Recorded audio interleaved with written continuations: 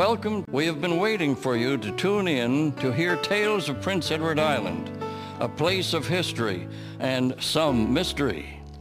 You may be surprised by the true stories that have been unearthed and brought to life by our radio dramas.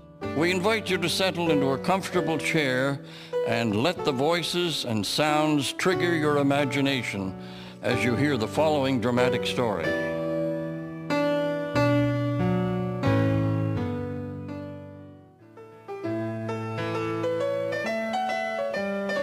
The public whipping.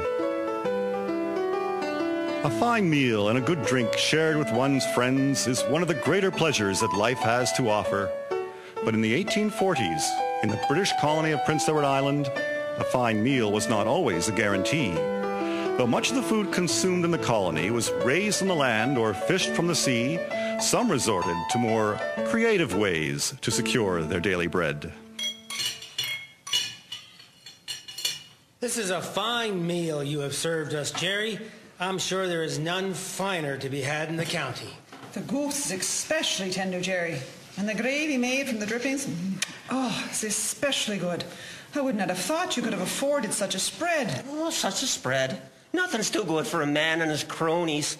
Never mind your questions now, but let's rather eat and drink your fill, for we've a long, hard island winter ahead of us. Let us toast our good fortune.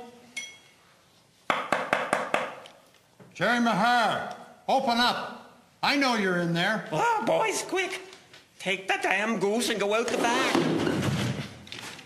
No point in trying to get rid of the evidence, Jerry. I hope you enjoyed your meal, for I'm placing you under arrest for stealing that very goose, which no doubt was meant to grace the Christmas table of the owner. Oh, Sheriff Warburton, couldn't you just give a poor old brute like me a little break just this once? Is stealing a little goose to fill the bellies of a man's friends really such a crime? It is when the person who did the work of raising the livestock is denied their dinner, Jerry Mahar. There'll be no leniency for you. You will be held in the county jail until the judge comes from Charlottetown to hear your case. The judge came twice yearly from Charlottetown to the county seat of justice in St. Eleanor's, the village bordering Summerside. Each time, he spent 7 days hearing cases such as Mr. Mahar's. When the day of his reckoning finally arrived, Jerry was led into the courtroom. Order in the court! What have we here? Jeremiah Mahar, commonly known as Jerry, who stands accused of stealing a goose worth the sum of 25 cents. He fed his friends a fine meal. How do you plead, Mr. Mahar? Oh, Your Honor, guilty. But I had me very good reasons for taking the goose, and I ask for the court's leniency. I am sure you do, Mr. Mahar, but petty larceny will not be tolerated in this colony. The law is clear on the matter. I sentence you to 2 months in jail as well as public flogging as punishment for your crime. High Sheriff Warburton will carry out the whipping. How many lashes, Your Honor? I set the number at 40. 40? But, Your Honor, it was just a piddling little goose.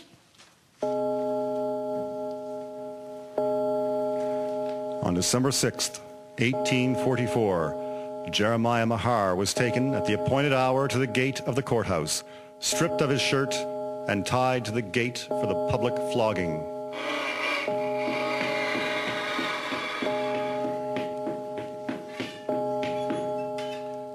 Come on, everyone. They're ready to flog Jerry Mahar. Hold my order until I get back. Are you ready, Mr. Mahar? As ready as a man can be when he's about to be whipped. Outside a cold day before a crowd of people looking just about as cold as a witch's nose.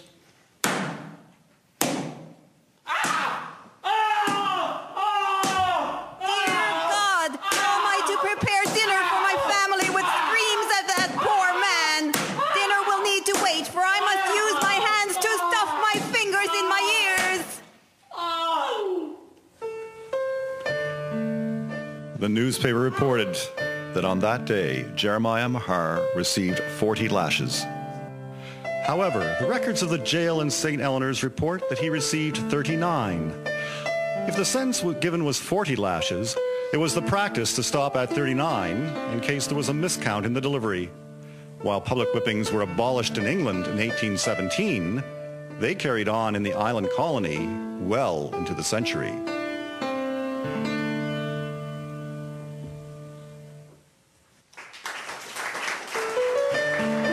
The narrator was Stuart Smith.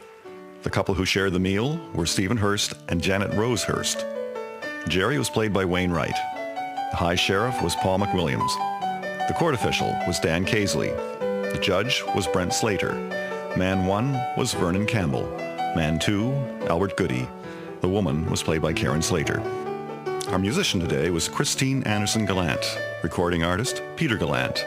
Foleys, Krista Carruthers, Jamie Webster, Alexander Gallant, Sabrina Webster.